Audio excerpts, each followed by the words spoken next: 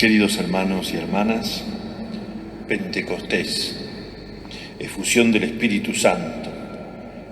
Algún teólogo, algún escritor espiritual lo llama o lo llamaba el gran desconocido. Y nos preguntamos hoy, ¿quién es? Y no, ¿qué es? En la primera lectura aparece 5 veces la palabra lenguas.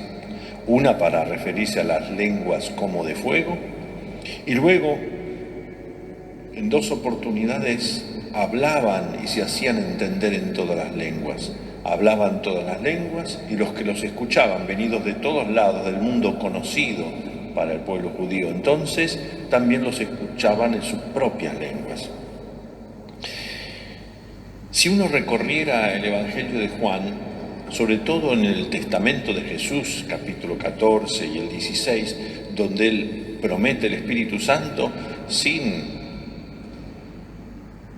hacer un análisis detenido para que lo puedan hacer en sus casas, Jesús habla de Él y lo llama otro Paráclito, es decir, otro Consolador, otro Abogado, otro que está de nuestra parte.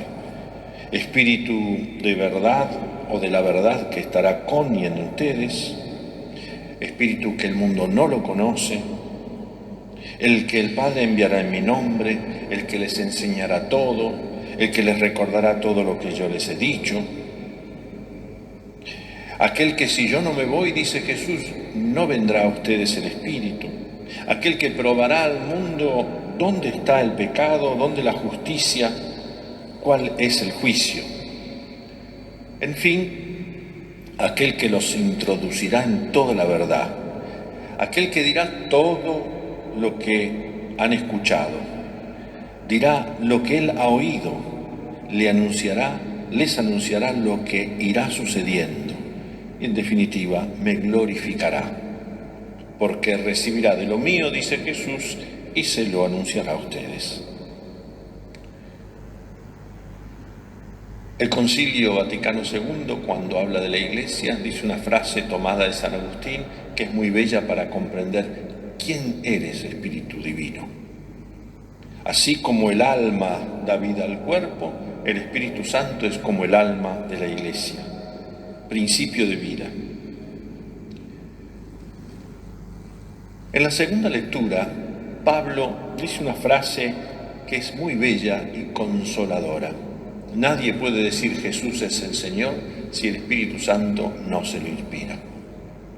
Y en esa lectura, capítulo 12 de la primera carta a los Corintios, juega con palabras que aparentemente para nosotros, a veces en el mundo político, a veces en el mundo de las discusiones, son opuestas. Unidad y diversidad. Hablar del mismo y hablar de todos. Hablar de uno y hablar de muchos. Y se refiere a lo que solo el Espíritu puede lograr en nosotros, en la Iglesia, en nuestras comunidades, en las familias y en cada uno. Un solo bautismo, un solo Espíritu, un solo cuerpo, dones variados, ministerios variados, actividades variadas, talentos variados. La tentación está en reducir todo en una sola cosa sin variedad. Es lo que podríamos decir fundamentalismo. O a veces clausurar ese todo porque lo consideramos como uniformidad y subrayar solo la multiplicidad. Entonces caemos en un relativismo y la imposibilidad de ponernos de acuerdo. Pero vayamos al texto del Evangelio, breve y tan bello. Indica cierto progreso en la comunidad reunida. ¿Pero por qué está reunida la comunidad? Por miedo, por temor a los judíos. Y este texto tan pequeño nos invita a un largo viaje, un progreso.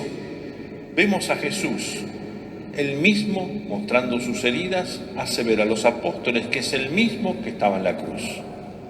El crucificado y el resucitado es uno y el mismo, pero hay alguna diferencia, porque las puertas estaban cerradas y él apareció en medio de ellos.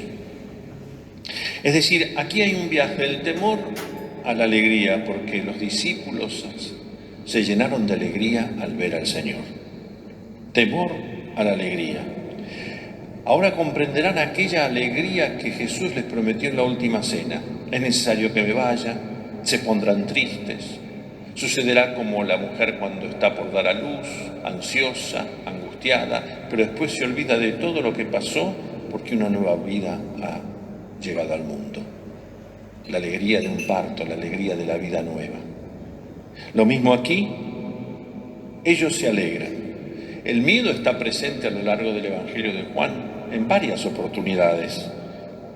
El miedo de la multitud que teme hablar en público de Jesús por temor a las autoridades religiosas. El miedo de los papás de aquel ciego de nacimiento que tienen miedo de dar testimonio para no ser expulsados de la sinagoga. O el miedo de algunas de las autoridades religiosas del tiempo que creían en Jesús ante la evidencia de sus obras, pero no lo manifestaban para no ser expulsados también. Estas son las amenazas del mundo. Pero entonces para el Evangelio de Juan, ¿el mundo es hostil? Sí, si pensamos que todo es explicable según las cosas del mundo. No en cuanto que tanto amó Dios al mundo que a su propio Hijo entregó. Y así como el Padre me ha enviado, yo los envío a ustedes. Hace una semana, celebrando la Ascensión, recordamos las últimas palabras del Evangelio de Mateo. Yo he recibido todo el poder de mi Padre, se los doy, vayan a todas las naciones, enséñenles todo lo que yo les he enseñado y no tengan miedo, yo estaré con ustedes todos los días hasta el fin del mundo. Pero ese envío no está circunscrito a esa escena, ya está, vayan, acomódense, háblenle a los que están cerca, sino desplegado en tiempo y espacio a toda la historia y a todo el mundo. Y esta misión que reciben los apóstoles es la misma misión de Jesús. No son dos misiones distintas. No es una misión que se termina en algo personal de Jesús. Él lo extiende, esa misión que recibió del Padre, la extiende a todos sus discípulos. ¿Y cuál es la misión de Jesús? También el Evangelio de Juan la va desgranando y desplegando. Salvar al mundo, dar la vida eterna, pronunciar las palabras de Dios, donar el Espíritu de Dios sin medida, cumplir con las obras del Padre, dar la vida, darla en abundancia. Esto requiere la obediencia. Jesús es obediente al Padre. ¿Qué significa? Vaya para acá, vení para acá. No, obediencia en el Evangelio es la transparencia. Acuérdense lo que le dijo uno de sus discípulos, también en el Evangelio de Juan: Felipe, quien me ve, ve al Padre. Y esta es la misma misión de la Iglesia. Reciban el Espíritu Santo, dice el texto de hoy. Es un don, es un regalo, es una merced. También el Espíritu Santo es misionero. En la teología se habla no solo de la misión del Hijo, cumplir con lo que el Padre le ha dicho, sino la misión del Espíritu Santo.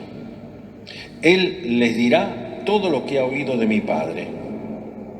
¿Y por qué el Espíritu Santo?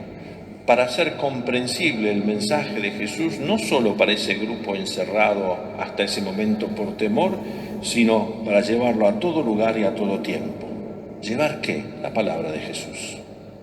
La palabra de Jesús.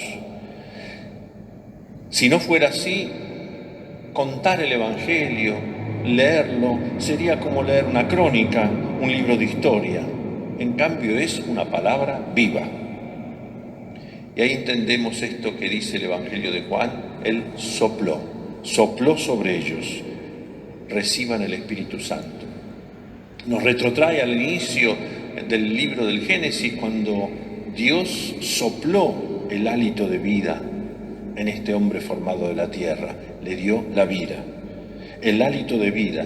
Recordarán aquella escena en el libro de Ezequiel, capítulo 37, en el cual el Señor le muestra un valle lleno de huesos resecos y al soplo de Dios toman carne, músculos, vida. El Espíritu Santo es el don de Cristo, soplo de Cristo resucitado. En hebreo la palabra espíritu y soplo coinciden con una palabra, valga la redundancia, que es onomatopéyica, ruach. En griego diremos pneuma, en latín spiritus, y quieren decir lo mismo. Ese soplo es para la misión, para el perdón de los pecados, e implica una transformación que solo el Espíritu puede cumplir. ¿Y cuál es la principal transformación? El perdón, que está implícito en el Evangelio de hoy. Para el hombre es imposible, solo para Dios es posible. Yo puedo perdonarte, pero teniendo el haz de espada en la manga para sacarlo cuando te me retobás. No, el perdón de Dios es el perdón para siempre y que siempre se me brinda como don. Y esto implica un juicio, porque el perdón es también fuerza del Espíritu e implica un juicio, claro que sí. Y el juicio es remitir, borrar el pecado o retener el pecado. ¿Esto qué significa?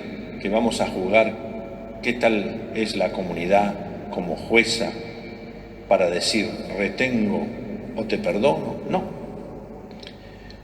Es un juicio de misericordia y verdad, porque la potencia del Espíritu Santo no suprime la libertad de cada uno. Es un juicio de parte de cada uno. De vos, de mí, somos pecadores, que podemos acoger o rechazar esa misericordia. No es que el otro no te perdona, es que uno no quiere ni acepta a veces el perdón del otro y de Dios. De ahí que vendrá esa duda en la que no nos detenemos hoy, porque el domingo de la misericordia o segundo de Pascua se lee el texto que sigue, Tomás, que ese día no estaba y dudó. Termino, Pentecostés inicia un viaje y vos o yo, cuando tenemos que hacer un viaje, lo primero que pensamos, cantidad de días, qué cosa llevo, a dónde voy, si va a ser calor, si va a ser frío, y metemos en la mochila, en la valija, en nuestro bolso, lo necesario.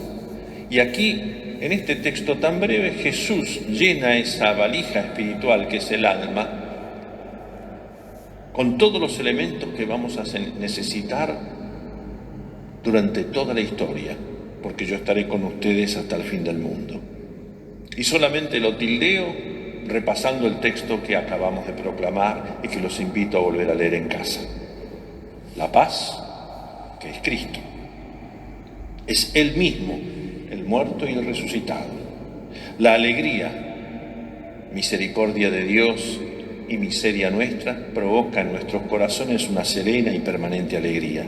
El envío, la misión, yo los mando. El soplo, el Espíritu, que es el que impulsa la nave de nuestra vida. Y finalmente, el perdón, el perdón.